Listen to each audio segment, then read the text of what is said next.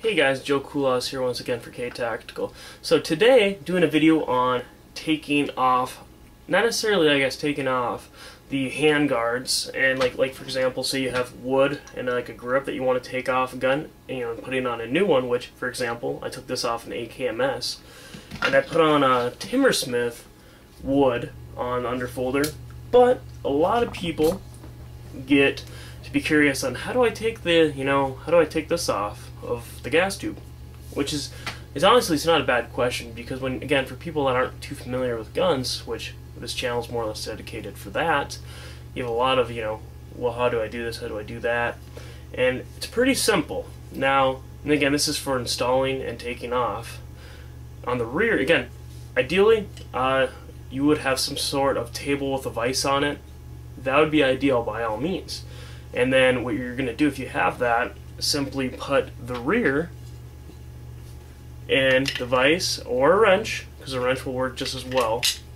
But a wrench, you're going to need a lot more power, in your wrist and whatnot. It's going to take a lot more, and might, for some guns, might not take as much either. So now all you're going to do is take that and make sure you don't, have it too loose or anything, and you're just going to really turn on it until it's upside down, and then it should just come right off if you wiggle it a little bit.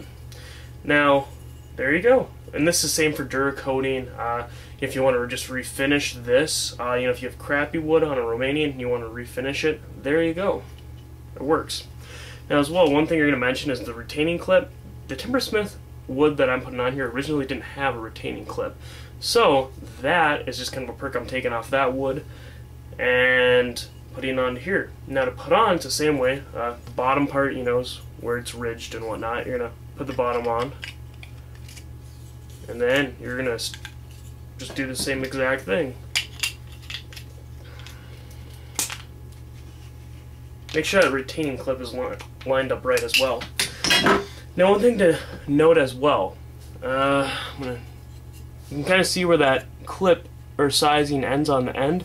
Your wood is not going to line up perfectly with that because of how, the texture is and whatnot. It's not going to line up perfectly with it. And what you're going to notice is on one side it's going to be, I guess I'm not really sure on the exact measurement. It depends on the wood. It's going to be so far off, and on the other side you want it to get to be the same amount. This is also where the vise helps out a lot. But unfortunately, just going to have to do it by hand, which is going to take a little bit longer. And it's just, side comparison. Okay, this side could go a little bit more this way, and since you're doing it with hands, you're probably going to overdo it once or twice,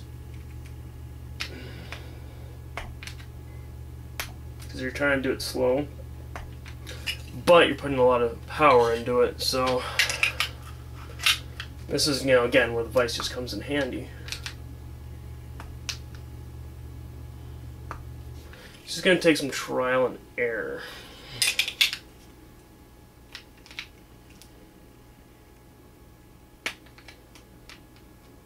Oh.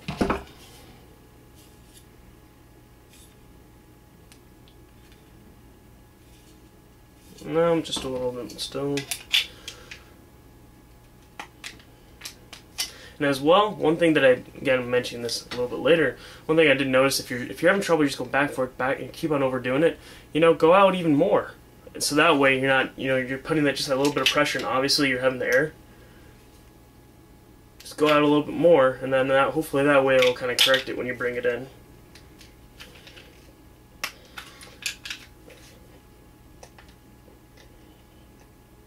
All right. Well, I got it on there good now.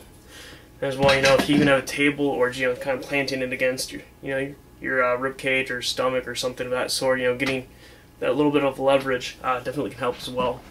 So, all right, let's get it on there. Just gonna finish the rest of this stuff.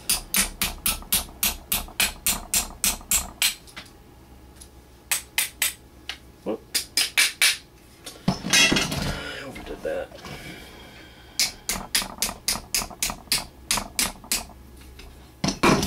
Alright, put the rest of this bin back together.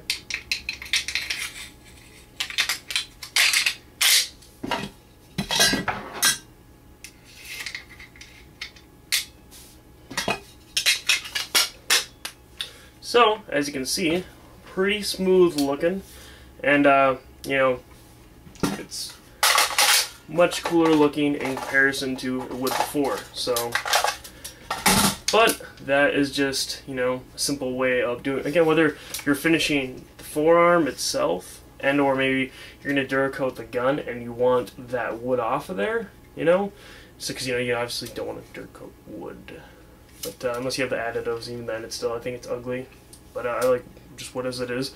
But anyways, you have a much cooler gun. So hopefully that helps out some people. Hopefully I found this video easily enough without looking for hours upon hours, because, you know, again, first time doing anything really gun related, it's very easy, keyword there, easy to get confused. So once again, thanks for watching. Feel free to sub, and have a good one.